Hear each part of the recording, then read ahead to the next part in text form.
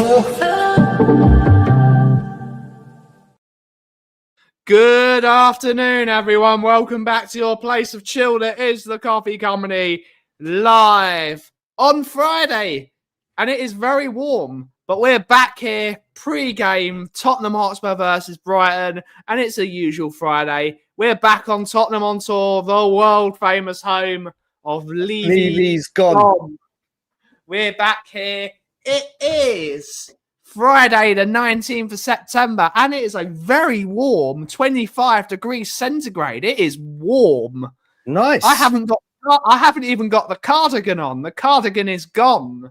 I've left it at home, and I'm legit sticking on the aircon because it is very warm in here. But Aki, how is it for you? Well, it is. It's only going to be a 22 day today, but life is good.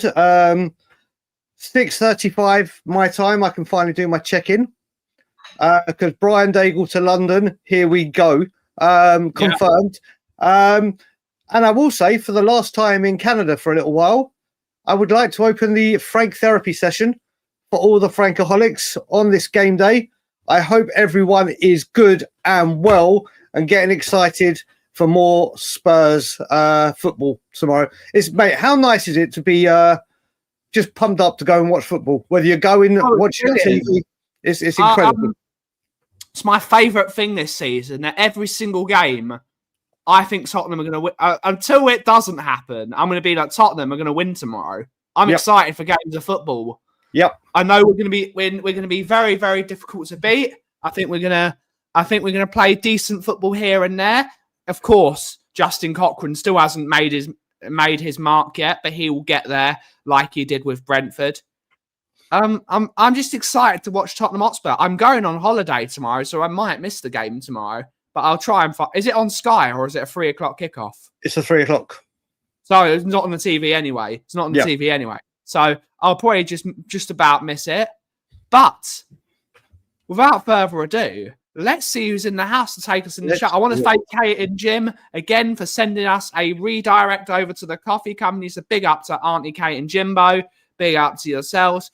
Let's see who's in the house to take us through the show. We have Spurs Fit. Good to see you. Hopefully you're well. Mr. Joshua. Good to see you. Davey. Good to see you. Hopefully you're well. We'll get to predictions later in the day. We have Drew Lala is in the house. Good to see you. YouTube member. Alex. Ediz. Andrew Gregory. YouTube member. We said hello to Mr. Joshua. Shem Tang is in the house. Jack Nug is in the house. Good to see you. Hopefully you're well. YouTube member. Hi, Leo. Good to see you. Good to see you, mate. Hopefully you're well. Good to see you. Last day of warm weather, indeed. But don't say that. I'm coming. Hopefully it'll be better.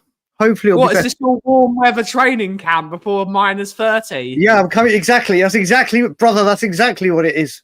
Warm weather training camp in England. No one has ever said that ever. No one has ever said. We got Adiz saying it's last day of college and he's thinking of going to Middlesex. Big up. Big up. And Ian has done the first one I've seen with this new StreamYard feature, which is really, really cool. But good to see you. Hopefully you're well, Ian. Good to see you. YouTube member. Too busy. Good to see you. Ajed. Gary Beck. Good to see you. Daniel 90. Good to see you, buddy. Brandon G. Michael Hellman. YouTube member with a super chat. Good to see you. $2 win. Go on, mate. Go on, Michael. 3-0 win. Okay. Big up. Thank you so much for the super chat. And thank you to everyone that supports the channel. Tottenham Maid is in the house. Tottenham on tour for Brian Dagul. Good morning, Jack. Member. Good to see you. Yes, it is indeed, Drula. It is indeed. We have a bit of a laugh. He is leaving tomorrow. 6:35 p.m. tomorrow evening. Oh, so you're not doing is your flight not the late one? No. Oh, that's going to suck. No, I'm going to take some sleeping pills. I'll sleep like Canada time, and I'll arrive 6:35 in the morning, bright-eyed and bushy-tailed, and I'll have the adrenaline to see my nephews and niece. You have to get a photo. Yes, we've got. I would try and do everything. I mean, the fact that I can go back in this. Do you know what? I was toying with it, Andrew, that with Thomas Frank being there whilst Levy was still there, and then if MGW had come, I'd have been like, oh my God, how can I not go in? I've got to stick to my guns. But now I don't have to. I am going to be so pumped to go back and see Thomas Frank in full flight and avenge the 4-2 defeat Wolves. It's personal with me and Wolves. It's personal. Don't say that to Ryan. I won't know. He knows. I loved the day at Molineux. At Molineux Stadium, I really enjoyed. But no, you've got a soft spot for the gold of Wolves. Mate, I don't know why, but I do. I did. Big up, Brandon. Yeah, you won't be caught. You won't be caught. If you're going to a football game, you'll be out to see him. Yep. But, mate, if you're in London or going to the game, before the game and after the game, I'll be in the Coach and Horses. But I'm here I'm there, shall I say, for 5 weeks. If you're in London, I'd love to meet up with as many people as possible. So if people can get to London, maybe we'll arrange a big meet-up or something. Brandon Wallace is in the house. Dagul Army. Where's the Kauff Army? Where's the coffee You're beans? You're part of the Dagul Army, mate. You're second in command. I'm like the chairman of the Dagul Army. You're the face of it, and I'm the chairman. There you go. We can do that. Let's just say Rob, tattoo is itchy as I bet it is, buddy. I mean, how long ago did you get it? Do you know what? I must admit, the last one I got on my thigh, my tattooist, Rob, I don't know if they got them in England. I'd imagine it was actually a Bluetooth wireless tattoo gun, and literally, it was like there won't be any. The scabbing will happen, but it will be so less irritable. My God, it was night and day, buddy. I don't know if they've got them in England or if it's for specific tattooists that use it. It was absolutely... Can't you just use a bit of Sudocrem? Can't you just use Sudocrem? Mate, I said to him, when I had it done, normally you get this tattoo wax or cream, or they used to use like nappy rash cream when I first started getting them done. They're like, nope, you won't need any cream or anything. Just shower every day, get some water. Mate, it was night and day. Not recovery, the healing of it. Indeed. J Pax is in the house. Good to see her. General Coffee. Indeed. There you go. Yes, Arsenal have sacked their CEO. Have they? Arsenal have copied Spurs again. They've copied us again by sacking their chief executive officer, and now they've replaced him with Garlic. So I hope there aren't any Arsenal fans that are vampires, because they've got Garlic. Garlic's running the show. Big up Angus, good to see her. Big up the OTC and the final boss. Hope that we're doing well. I can't wait for my holiday. I'm going to miss you guys Monday and Friday next week. But to say that I don't need a holiday that I need a holiday is an understatement. So we're both. He's jumped before he was pushed. Anyway, that's enough talk about the filth. About tomorrow's game. Who cares about the filth down the road? We don't give a shit about their CEO. Let's talk about opening the Frank therapy session. Yeah, it has been open. What we're going to do is, first of all, before I'm going to give Spurs a lot of credit for something before we even get started. Whether this is Vinay, whether this is Spurs media team, whether this is a complete change, I have often criticised Spurs not remembering massive occasions, whether it be an ex-player or a legend's birthday, the anniversary of his passing or whatever. They've done it with Bill Nicholson many a time. Woke up this morning to a massive post from Spurs honouring the late great Jimmy Greaves on the 4th anniversary of his passing, which Spurs neglect to do. I don't know what other clubs do. I don't care what other clubs do, but Spurs have continuously not given the legends that built this football club the respect they deserve. And I always say, as we do, Ben, if the club do something well, we've criticised so many times, but when they do well, I will always say well done to the club. And there is definitely a change in the social media team. There's 100%. Massive change. So massive change at the admin work. 100%. But that before we start talking the game, Spurs gave me a notification and gave probably all of you that they've started giving team news and stuff bits of players where Frank has spoken in his press conference. So we're just going to go, mate.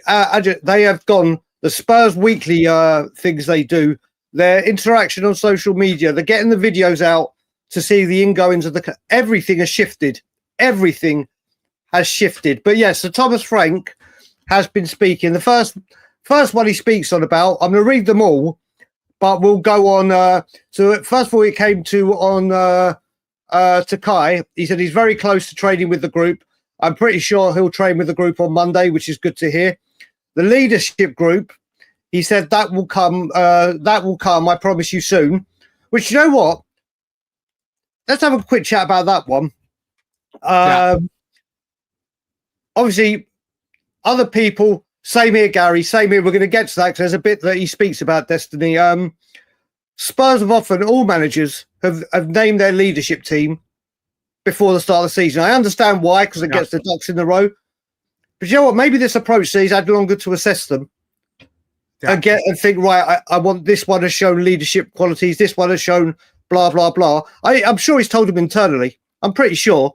But there's been a lot spoken, or not a lot, but it's been spoken about who is the leadership team, who is the captain if Romero goes off. Obviously, we haven't really had to see that.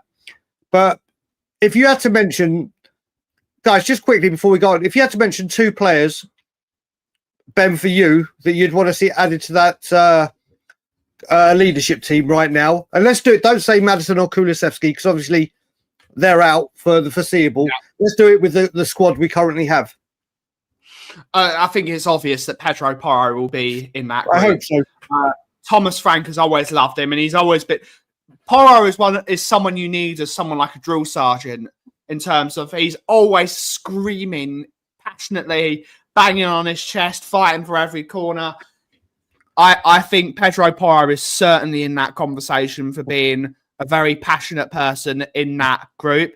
But then you've also got players like, as Daniel says, Van der Ven. Van der Ven is someone you need as a leader because he's cool, calm and collected. You need a mixture of fiery ones and you need a mixture of calm ones under pressure. We'll have to see. But I think my 2 members are Mickey Van der Ven and Pedro Porro. I really like those 2. Do you know what? Paulinho is such a great shout. Paulinho is such a great shout. I don't know if they will. I loved Paulinho's comments on Bergvall the other day, saying, I didn't even know I thought it was older than 19. And also the thing what he said after the game, I love clean sheets. That's what I want to hear from my defensive midfielder. That's what I want to hear. I don't want to hear progressive passes and all this nonsense stats. I want to hear my defender say, I hate conceding goals. I love clean sheets. Well, do you know what? Do you know what, Ben? Before we were signing Paulinho, sorry, you were kind of doubting because of his age, weren't you? You were like, has he completely won you over? Oh, for sure. His class. You've seen it. Then we saw it. The game that stood out to me the most is the Villarreal game. We were boxed in by their tactical change of making a box round our midfield. Yeah, it was a really, really good tactical setup from Villarreal. They really impressed me the way they tried to tactically outmuscle us. But as soon as Paulinho came onto that pitch and started lunging into tackles and winning the ball, it was like, that's over. The game's over now. I'm here. I'm shutting this down. You should have scored when you had the opportunity. I'm shutting it down. I'm winning. Even Paulinho loves tackling. And I love that from my central midfielder. The moment there's a loose ball, even if it's a 20-70, Paulinho is going in for the tackle. He's launching into it and trying to win the ball. It was fantastic. Spot on. That's what you want. Hard work. So for me, Porro is number 2 on the list. I just love that man, period. I think it's going to be Bentancur or Vicario. Bentancur, I'm concerned because how many times have we heard he's imminently signing his contract and then it goes quiet again? I think it'll be between Bentancur and Vicario, but a lot of people saying Van der Ven. A lot of people saying Van der Ven. I think it's too soon for him, personally. I think he's my favourite player. I think he's in the under-21s Dutch team, though. But at the club, and also at the moment, what you got to remember is we've got to try and see if he can stay fit. One of the problems we want with your captaincy or leadership team is them staying fit. But let's move on from that one. Then he spoke about Archie Gray. And he said, I like flexible players, which gives us squad depth and different opportunities. I see him more as a midfielder. He has really impressed me. He played a very good pre-season friendly against Newcastle and was great against Burnley. Unfortunately, we can't play more than 11 players. Maybe we can change the rules. So he's obviously supporting. He's obviously supporting Archie Gray, who I do believe will make it good at Spurs. But right now, for what I mean, literally, and I think people have been having this discussion all week. There's 4 or 5 midfielders that are staking for 3 places, and they've all played well enough to earn that shirt. They've all played well enough to. I mean, I can't remember the time that happened. But what's your feelings on Archie Gray and what he said about Archie? And the chat, obviously. Thomas Frank is nurturing Archie Gray. He's nurturing him. He's not throwing him in the deep end. He's giving him realistic games and realistic targets that he can win. Was last season, we're not going to talk about the previous administration because it's done and dusted for me. I don't want to talk about it anymore. I'm bored of it. I'm bored. It's someone else to talk about. It's the team in Nottingham that wear red's problem. It's not our problem anymore. But Archie Gray was about Levy. I thought you were talking about Levy. No, that's another chorus of hallelujah. That's another chorus of that. Good morning, Jay. We played Archie Gray in games that there was no way he could succeed in them.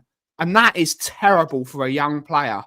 You learn from a lot from failure, but you need to win some of the times. If you're thrown into games that you know you're going to get, like Liverpool away, Archie Gray should never be playing as a defensive midfielder against the best team in the country at 20 years of age. Never. Yep. Idiotic. It's stupid. It's borderline bullying. It's borderline child abuse. What that would have done to him mentally, getting absolutely ripped apart for 90 minutes every single time, shredded. Getting absolutely battered. You get Burnley. Archie Gray can play against Burnley because let's face it. Don't want to be disrespectful to Burnley. They're a championship team. They're a championship level team that have been promoted to the Premier League and they'll go straight back down. Archie Gray can play against them because he's a 20-year-old that's come from the championship and he's maturing, getting a little bit better. So what he needs is positive reinforcement, coaching positive reinforcement, and he needs to play games that he can succeed in. Yep. And playing next to someone with experience who can help coach him through a game. You've got to play youth players with experienced players, not throw them into the deep end. You're basically throwing into a deep end and putting an anchor on his leg so he can't swim up. Yep. That's what happened last year. I'm really excited to see Archie Gray being taught and learning on the job properly and being coached properly. And I think Archie Gray could have a good game against a Bodo Glimt. I think he could. But that's a game we need to win. So he'll need to be playing him with experienced players that will help him get through the game. You've got to win some games, and that builds confidence. Confidence is everything. You can't have that. You've got to have a confident mentality as a young player, and that's what we need now. I don't know what you think. So Archie Gray, last year, Joe, he came for a lot. I think he did well in defence. If you say to an 18-year-old kid that's just come here, right, we brought you to play in midfield, but we're so messed up, you're playing in defence, and there's going to be so many injuries, you're not going to have a defensive partner to grow a relationship with. He was bound to not always succeed, but then the midfield part, I think he's going to be a very, very good player. So a lot of people keep going on about the 40 million. People seem to forget that Joe Rodon went the other way. Now, whether you want to do it like the Højbjerg and Carl Walker-Peters, like the Harry Winks and Madison deal, they level each other out. Those deals were just player exchanges, but just not officially in the same deal. So take 15 mil? That's 25 mil. That's not a bad price at all. He had people like Basuma and everything to learn off on the foot. And let's just face it, last year the mentality of the players weren't there for whatever reason. the injuries, the stuff, whatever it would be. And he didn't have anyone really to learn off in that position. What I will say thank you to Ange for, with Gray playing him in defence, that season playing back there, when he is playing midfield or in the number 6, that education from playing in defence is going to help him a lot positionally wise. It is really, he's gonna pick things up from playing there and know where to be or where he would have wanted his 6 to be. You're learning off Paulinho now. You are learning off, let's just say, Rolls Royce. You're learning off a Rolls Royce. You are learning completely off a Rolls Royce, and it must be great. I mean, it shows how it's become when Archie Gray couldn't even get on the bench for West Ham. Couldn't even get on the bench. I think 1 billion% he plays against Doncaster. 1 billion%. And maybe he does need games like this where he plays. And like you said, maybe he has an appearance at Bodo. Maybe he does. I'm not, just because we're not seeing him right now, doesn't mean he's not learning, improving, getting better. We know how badly Frank wanted him at Brentford. Dan's put, I was saying last bit in the window, Dan, I wouldn't mind seeing him go to a Bournemouth or a team like that where he would play regularly and get. But again, it depends what Thomas Frank wants. I don't think I wouldn't be I wouldn't have been opposed to it then. But we'll see what happens at the window. But if he's not getting minutes, going to a Premier League team like a Bournemouth, and I'm just picking Bournemouth because I think that style of play and the way they are would really, really suit him. But Iriola's a top coach. Iriola's a top coach. If we did a loan, it would have to be a Premier League team for him. But then, right, here we go. Tom, before we go to the next one, I know she's in the house, so she'd be much willing to do it. Ellie, I'm sending someone to your house. Can you invite Archie Gray over for dinner and feed him up, please? Feed him up, get some delicious food in him, double his size, and get some muscle on the lad. Well, you never know. That could be happening now. That could be. He could be on a gym. Ellie, we know. Archie's coming to your house tonight for dinner. He could be on a training regime now. But anyway, we get to the first team now. So Thomas he does a bit on Destiny and Jed. So he. Oh wait a minute, I've gone too far. Sorry. The next one is on Xavi and forward options. We have a completely new front four compared to last season, so we're trying to add layers game by game. The strongest part of our game is our structure, but when we defend aggressively, we are building on how we can add other forward players in the future. So he's going on. Obviously, he's made it clear that the defence was the number one thing he wanted sorting, and now he'll start working on the forward line. Obviously, bringing Xavi in. There's the whole talk about left wing, number 10. Where's his best position? I would love to see him at number 10. I actually would love to see him start against Doncaster in the 10 because I think there'll be wholesale changes, but there will be a few first teamers, and I would love to use that opportunity to see Xavi in the 10 for the first half or something, and then put an Odebear or someone at left wing. But like he said, it's now about building layers. Xavi's just been there. He's training with them. What has he been there for properly now? Since the international break's over. 2 weeks. 2 weeks. So obviously he's got to get used to the players. They've got to get used to him. At the moment, I've got no problem with him at left wing. I'd prefer him in the centre. But if this is what Thomas Frank wants, but with Solanke coming back in training, the options are growing. The options are growing. What are you thinking, Ben, with what you said about Xavi? It's going to take some time, isn't it? He's going to have to learn this league. He's still young. How old is he? 22? Xavi Simons? 20? I think so. Yeah, let me just check. He's still quite young, so he's going to have to learn the Premier League. It's a different. I know he's played in the Bundesliga, so the step up from the Bundesliga to the Premier League physically isn't going to be a lot. Oh, he's got the same birthday as my mum. There you go. Big up. There you go. So Xavi Simons is going to your house for roast potatoes on your mum's birthday. More than welcome. So he's still a young player. So he's going to have to learn the league. He's going to have to learn his teammates. And it's going to be very, very interesting. It's going to be very, very interesting to see. how he develops. I want to see Xavi Simons as a number 10 as well. But we're gonna have to figure out a way. Do we play on the left? Because we are very strapped in terms of quality on that left wing position. We've said it enough on this channel. I think Odegaard is the next in line to take that left wing position. Tell, I think he's terrible. I think Tell is awful. I'm not there not yet. that he can't improve. I think Tell is. I don't want to see Tell there at all. But I think Odegaard could take that position. I think Odegaard could take that position. I'd be interested to see if we try something different. I'd like to. You know what? I want to try something really, really radical. I would like to see Jed Spence play as left back, and I'd like to see Destiny Udogie play as a left winger. I think it would work. Until we get an actual left winger in, I would be interested to see Udogie, who does play as a left wing back. Usually, it's his natural position.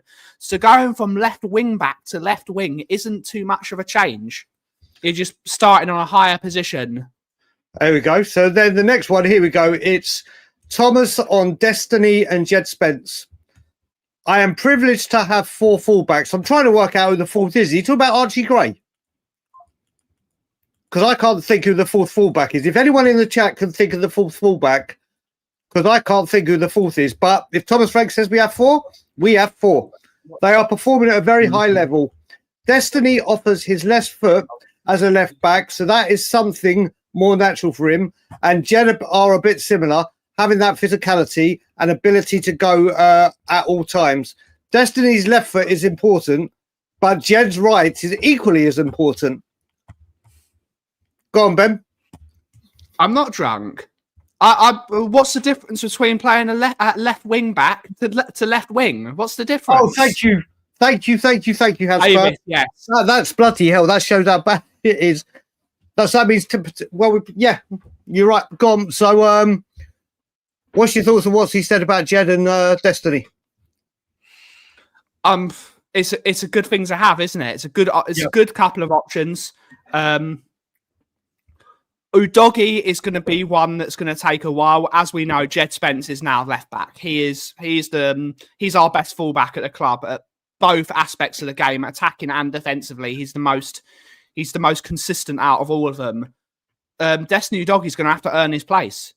He's going to have to earn his place, and he's going to have to get better defensively. If he's going to want to play in a back 4 of a Thomas Frank system, he's going to have to learn to defend as well. He's a decent defender, but I think Jed Spence is a much better defender than him. I think he's a much better defender. This is the first time in this section where you and I are going to disagree. I think I want to see Destiny. I'd love to see Destiny tomorrow. I don't know if that means Spence or Porro starting right back, but I want to see Xavi with a left footer by the side of him if he's on the left wing. I do as well. Destiny, I think, is being very harshly spoken about, and I think people are forgetting just how good a defender he can be. I really, really do. Pace, power, when he's in full flight, he takes some stopping, and there are games on that right where it's more designed for a Spence over a Porro. There's more games where it's more designed for. We've now got. You got to remember, Pochettino did this all the time. Sure, Trippier or Walker. Walker was by far the better player, but for rest, rotation, and for certain games, it's like, no, I need Trippier for this one. And the do you same. Think Udogie's fit now? Yes, with the minutes he's played, He's played. Look, you only get. He's played for Italy.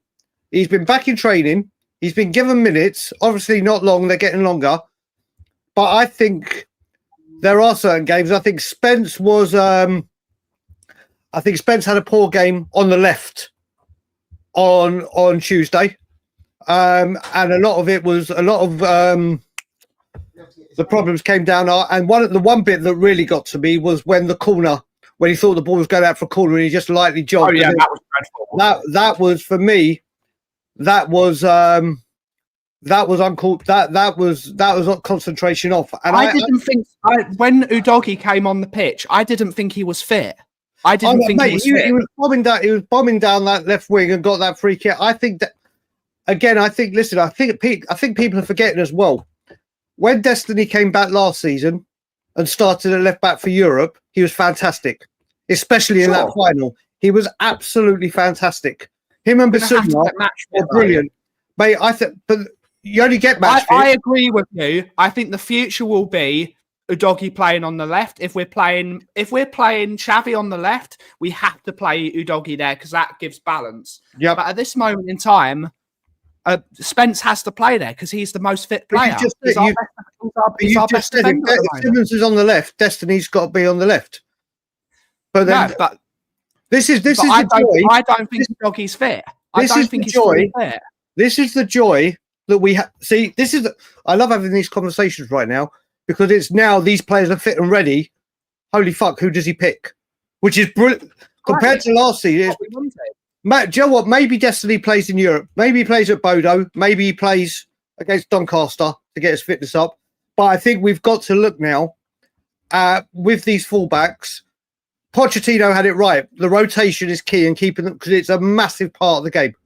The fullback position is a massive part of the game now. So we got there. So then he goes on to Lucas Bergvall.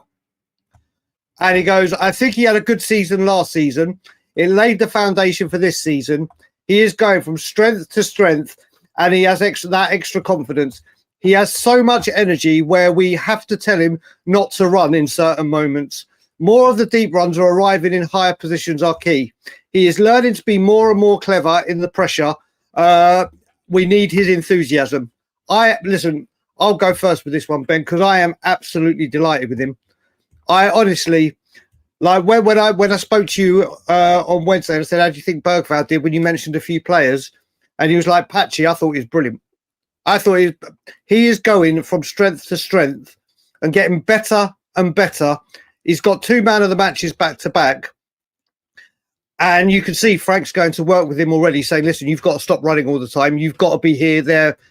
I think when Frank gets it into him and teaches him these runs and does everything, he is going to be a vital part of our squad this season. And last season, some of it was necessity again because of the injuries, and he stepped up. Sure. Now I think he's doing it on merit. I honestly think we have got such a serious talent on our hands, and it's just wonderful to hear Frank already saying, not just giving him praise, but say like he did with Simmons and like he does. No. Well, a great manager sees what and this is what my manager did at Booking. Sees what your strengths are and utilizes them to keep you positive. But whilst doing that, focuses on your areas of improvement. I think this guy is literally going for strength to strength. And I am so happy with Lucas Bergvall. He's been incredible. He is going to be a star. We've both agreed with this. Even we disagree on the performance. It's the difference between someone that was at the game and sees what I saw at the game and someone that sees on the camera sometimes lies, but also my eyes can probably lie to me sometimes. We need to put the two together and see what we both see to have an average opinion or a mean of an opinion. I think Lucas Bergvall will be one of the best midfielders in Europe. I'm saying that. Look at his performances already. I mean, that goal he scored against West Ham last week, that was insane. That was an insanely brilliant goal. That was prime Toby to Delhi type of goal. Ball over the top, amazing looping header over the keeper. Job done. I think if he is nurtured and he is coached, I think we are going to have... It's such a great problem to have because you'd be like, I want to move Xavi into that number 10. You're thinking, Bergvall's doing too good there. We can't drop Bergvall there. We can't drop him. He's playing too well. Because if his performances are getting better and better and better. If you rotate him now, you're going to lose that bit of moment. So we've got to see where his performances are getting. And I'm very excited to see how he matures. It's going to be a big season for a 19-year-old turning 20 this year. Huge. Do you know what? I'm actually going to go and put my neck on the line and say he's definitely in with a shout to win Premier League Young Player of the Year. Oh, for sure. I will say big up, Jack. Jack, I'll be seeing you next week, brother. I'm going to be the coach and horses for Wolves. Make sure you get there, brother. Right, the next one. He waxes lyrical about his captain. He says, I think he's a great character. He loves his football. He's like a boy sometimes with his love for the game. He trains and plays. He has this focus, which is something really important. He's a great character. I rate him super high. I think he is one of the best centre-backs in the world. It helps when you've won the World Cup and the Europa League. The best perform week in, week out. I definitely see a more mature player and person. Not that he hasn't been that before. He's aggressive when needs to be, cool and composed when needs to be. It's really funny that, because a lot of people, I'm not going to go as far. I didn't think he had the greatest game on Thursday. Tuesday. I don't think he had the greatest game. I think Mickey bailed him out a lot of times on Tuesday. And that happened. Mickey was brilliant the other night, and I think he bailed him out a lot. If Romero can be more consistent, I think he needs to be more consistent. But that is the problem when you are a centre back that plays like Romero. When you play on the edge, you will make a lot of mistakes because you're on the edge. Yep. So I think if we can coach that unit around him to be more consistent, I think you'll see a much better Romero. I think that is going from what we did last year to what we're doing this season. It's a massive learning curve. I think Romero is the perfect captain for the club at this moment in time, and he does genuinely love to defend. And I think he is a very passionate bloke, and I think you need that. And you need you need your captain to be a centre back, and he's the perfect position. And you can see it from the pictures, the videos after. Thomas Frank absolutely loves him. He loves him, and vice versa. And he is gonna make him a great player. I think he's going to make him a great player.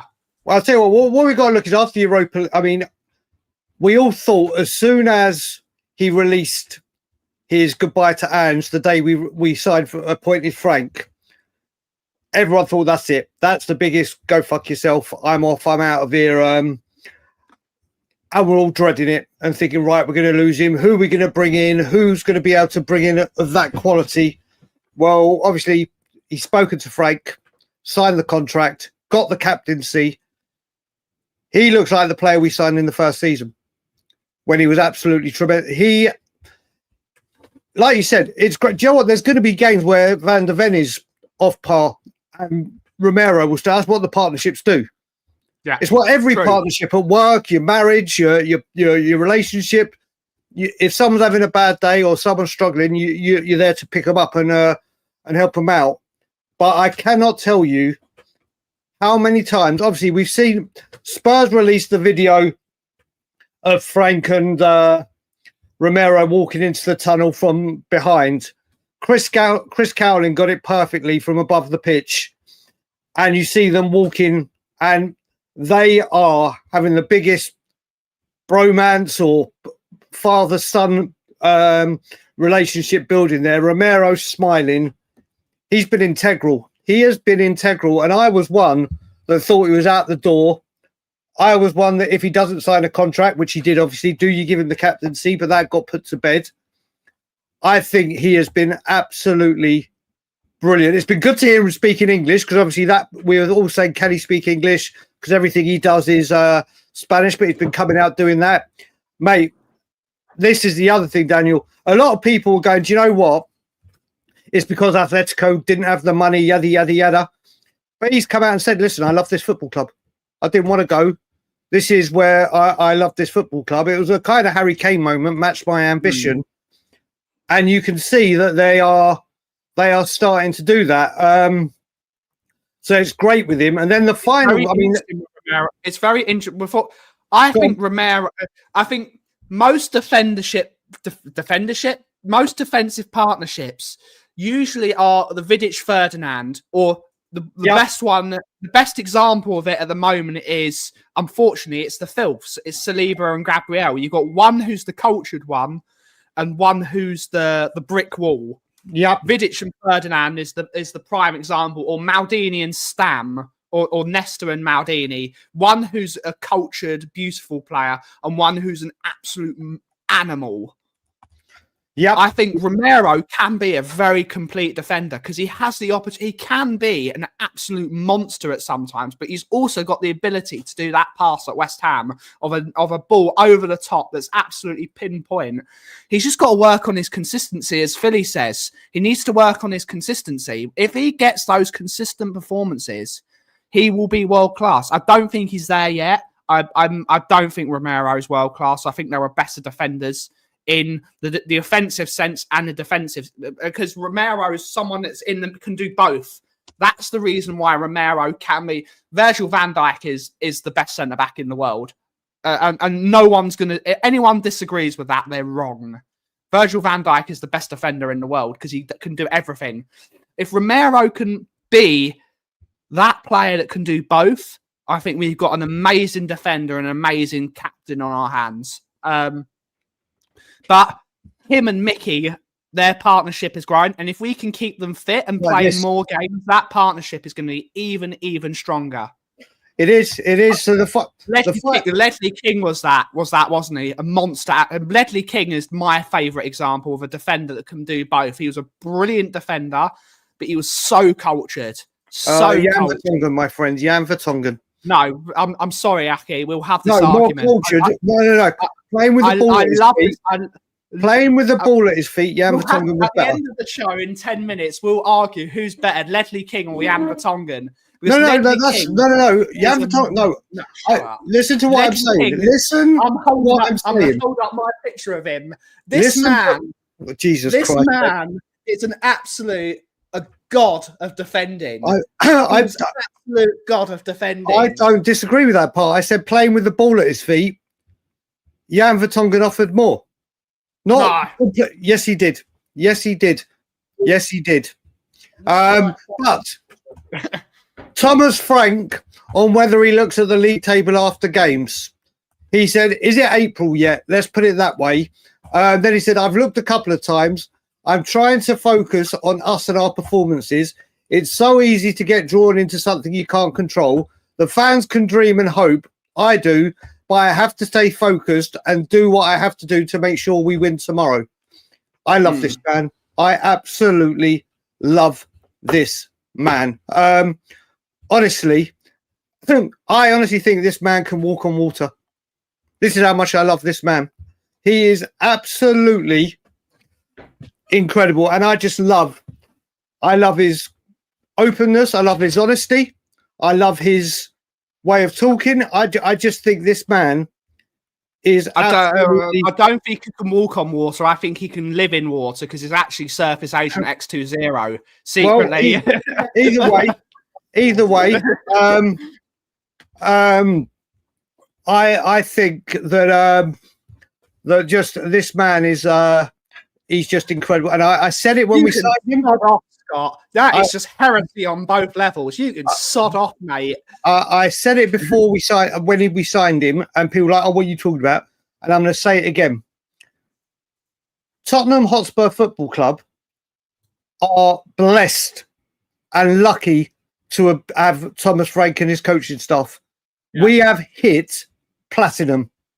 We haven't hit gold. We have hit platinum with Thomas Frank, and the more and more he gets his feet under the table, almost said foot under the rug again, feet under the table,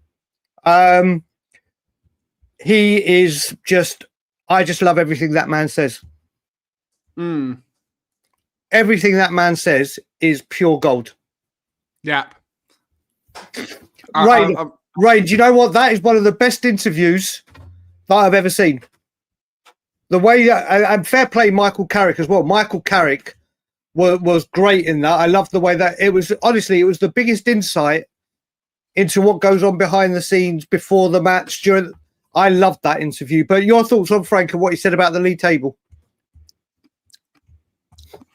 Whatever Thomas Frank says, I listen. Whatever Thomas Frank says, I listen. I think we're gonna be an absolute unit under this man. We're gonna be an absolute unit. I'm just excited for the choo-choo train. Get on the Frank engine. Get on the Frank engine.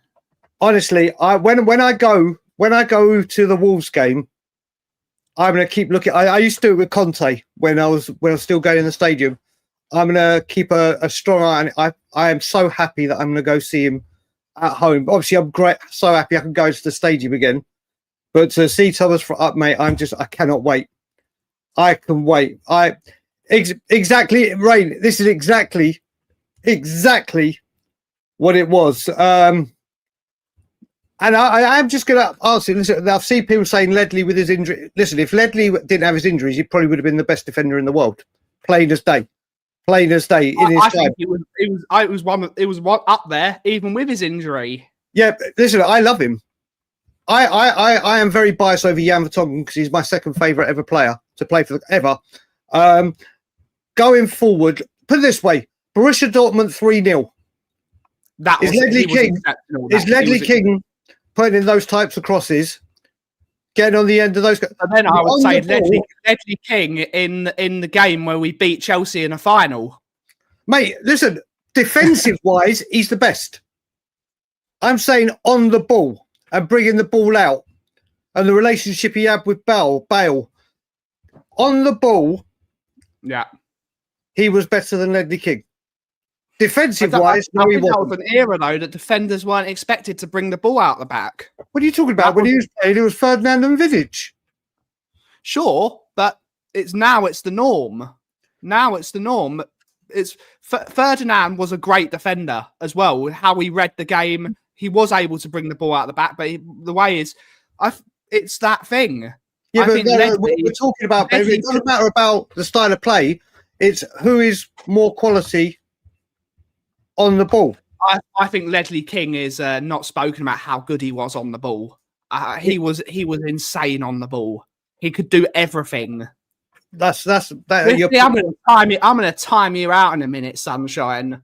I'm gonna time you out. But anyway, we've got some questions before we go through score predictions because I saw them. That's a question. Would you take Super Jan?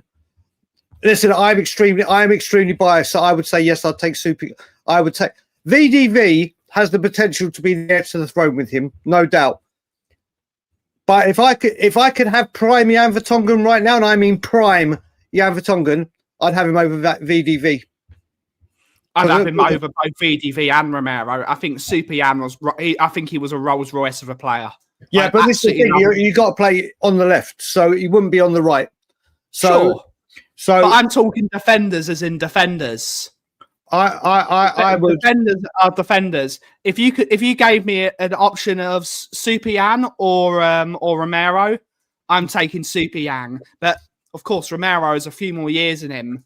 There you go. So right, we're going to go. That's how much I think of Ledley King. I think Super Jan is a Rolls Royce defender, and that's how much I think of Ledley King as a defender. Watching him.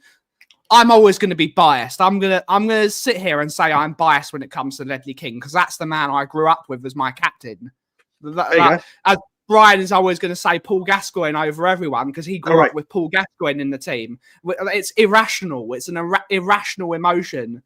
But I think Ledley King was ridiculous. What he could do. I remember once Jan Vertonghen retweeted one of my things. Oh no, he liked one of my things. I literally sent a WhatsApp to every single one of my contacts, like he'd literally just met me and took me out for dinner. But right, let's go. Wait a minute, I've got the questions to go through here, Ben. So we'll start that one so we can do it. But from Gone to Football and things, was you worried about how Mawani played when he came on? He looked so unfit. Ben? Yes and no. It's his first game in 72 days or something. It was something crazy. So he's not going to be match fit. He's going to have to play 10 minutes here, 15 minutes there, and he's going to have to get up to speed. I'm not worried about Kolo Muani. What I'm worried about is we didn't bring a striker in quicker. So I am not totally worried, but yes, he looked very badly unfit. He was not fit at all. He could barely run. So give him time. Give him time. Yeah, for me, look, he came on with 15 minutes to go in a game that had no pace to it whatsoever. Yeah. It was kind of Spurs have gone to see it out, and if we get an opportunity, try to take it. Yeah. And we'd have players like Xavi Simons off. and everything, I think I'm not too worried about it at all. I think if he starts, let's say he starts tomorrow, which we can tie in our answer first and go back to you. I would actually like to see him start tomorrow. Honestly, I'd like to see him start. We're talking about how Spurs at the moment haven't had that cutting edge up front or up top since, let's say, Burnley and Man City, or you could say West Ham, but it's still 10 up front to begin with. Maybe it's a simple change of putting him up front and having Simmons and Kudus supplying to him. So I would actually like to see him start. People saying he's not ready and he's not fit. You don't know what he's been doing in training this week. We don't know how razor sharp he's looking in training. And the only way he's going to get fit is getting these minutes. He could easily start, get a couple of goals or assists or contribute heavily and go off after 60 minutes. And he's got 60 minutes under his belt. So I'd personally like to see him start. What about you, Ben? No, give him 20 minutes. I'd bring him on the 75th, 80th minute and give him 15 minutes again. We're going to have to ease him in. I wouldn't put him into a Premier League game. Doncaster is when I give him more minutes. Give him more minutes against a lower league team that even though he's going to be match fit, he's still going to be fitter than the opponent's players. That's when you bring Moani in to play a longer stint of a game. Give him 45, 50 minutes, then. All right, let me give you this question very quickly. Let me just tie this in. And let's see, people in the chat, just say yes or no to this. Would you, if it meant Simmons going in the middle, would you accept Moani starting at left wing? Do you want me to answer the question? Yeah. No, because he's not fit enough. I don't. If you're going to be a left wing, if you're going to be a left winger, you've got to be fit. I think how fit he is being downplayed. I saw it in the game the other day. He could barely run. Like I said, that was 15 minutes where the game wasn't a fast-paced game. He got yellow carded immediately. There was absolutely nothing for him to do. Nothing. He had a few opportunities when he could have done a run in behind. Yeah, I think that's a bit harsh. No. But hey ho, Gary again. He's got the hat trick. I also want to see under Frank youngsters like Luca Williams-Barnett get a go here and there. Our loans are so hit or miss, and you just know City live. Yeah, you're right. I agree with this. This guy is on fire, on absolute fire. Do you know what, Gary? I would say he's on the bench for Doncaster, and maybe if things are going well and the game's done, he will get a game because this guy is the next hot prospect. He is very, very good. He looks incredible. He really does look incredible. Next one. Semenyo, this is, as much as Colin Crossamano, who's in the chat, would absolutely love it, I just can't see in any way. I think we had an opportunity to get him before he signed his contract, and now that's done. And without that, I wouldn't be surprised if a bigger club, and I mean a bigger club that will pay the money, or you never know. You never know with January. Would Spurs put the money down? Don't know. I think with this one, Bournemouth they've made so much money right now. They can hold everyone to a king's ransom, can't they, Ben? Semenyo's not going for anything less than 90 million British pounds. He's not going any less. When no one's getting Semenyo this season. Semenyo might move in the summer if a team stumps up some incredible money. Yep. I don't think he's going this year. I think Semenyo is going to be. Semenyo will go to a Real Madrid or a Barcelona. That's how good Semenyo is. No, I think he'll be going to Liverpool. I think they're going to use him as Salah's long-term replacement on the right. I would agree with you if they had not just bought in Ekitike, who looks quality on the left. He does. But Liverpool always evolve and bring him in. I love Ekitike. Mate, you say that when Liverpool had Sane, Salah, and Firmino, they kept bringing in quality. So, last question that I've got on the question list. Can Kinski become our number one at Tottenham if given chances, or if Vic, dare we say, gets a bad injury? Another Bergvall type young star on our hands here. Great work on the show as always. Cheers, Dan. What's your thoughts, Ben? I think Kinski is a good goalkeeper. I think Kinski's a very good goalkeeper. I think he's going to have to get some minutes in the FA Cup and the League Cup because I don't think Vic can play every single game. A goalkeeper can play, but still, that's a lot. It's less about the athletic side of being fit, but it's also being mentally fit to be a goalkeeper, playing a lot of games. Kinski has the opportunity of being a very, very good ball-playing goalkeeper. We'll have to see. Can he be the next David Raya in terms of the way he plays a football? Possibly. We're just going to have to see it. We're going to have to see it in some games this year. I do like the look of Kinski, but he showed that he can flap at the ball sometimes. But Vic can do it as well. We'll have to see. I think you've got to look at this as well. Kinski definitely starts against Doncaster. Absolutely no doubt whatsoever. I think this could have been a very big talking point should the defence not have been as good as it's been. Yeah. Vicario is literally having games where he's having to do nothing. And the saves he is having to make... Exactly. But that's what I'm saying. He's had nothing to do. Had a few easy saves to make against West Ham. But this is the thing. For 80% of the games of the 5 we've played, Vicario hasn't had to do much because the defence are taking care of it. Kind of like what happened with Lloris when he was always in action, and then the defence got sorted with Pochettino and he hardly had anything to do. But the one day that the defence were absolutely shocking, or the whole team was, my God, did Vicario, because we all know how good he is as a shot stopper. Yeah. And boy, did we need him. And shot stoppers are coming back, aren't they? That is the reason that Manchester City have bought Donnarumma in. Well, this is the thing.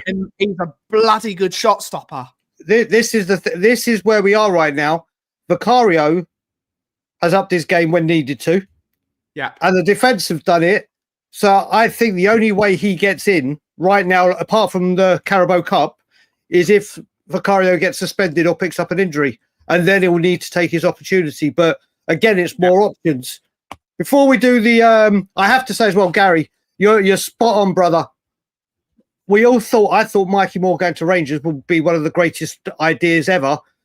And Rangers are in a hell of a mess. So when it comes to Barnet, I agree with you, can't go anywhere. But I saw my brother Wayne Holland put a question in.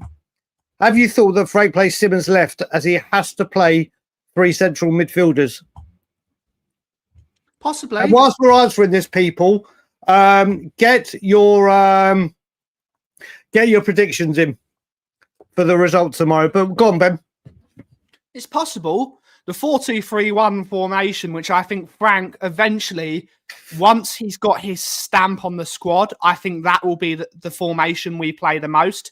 I think it will either be a 4-2-3-1 or a 3-5-2. I think those are the 2 formations that we will play. Mostly the 4-2-3-1.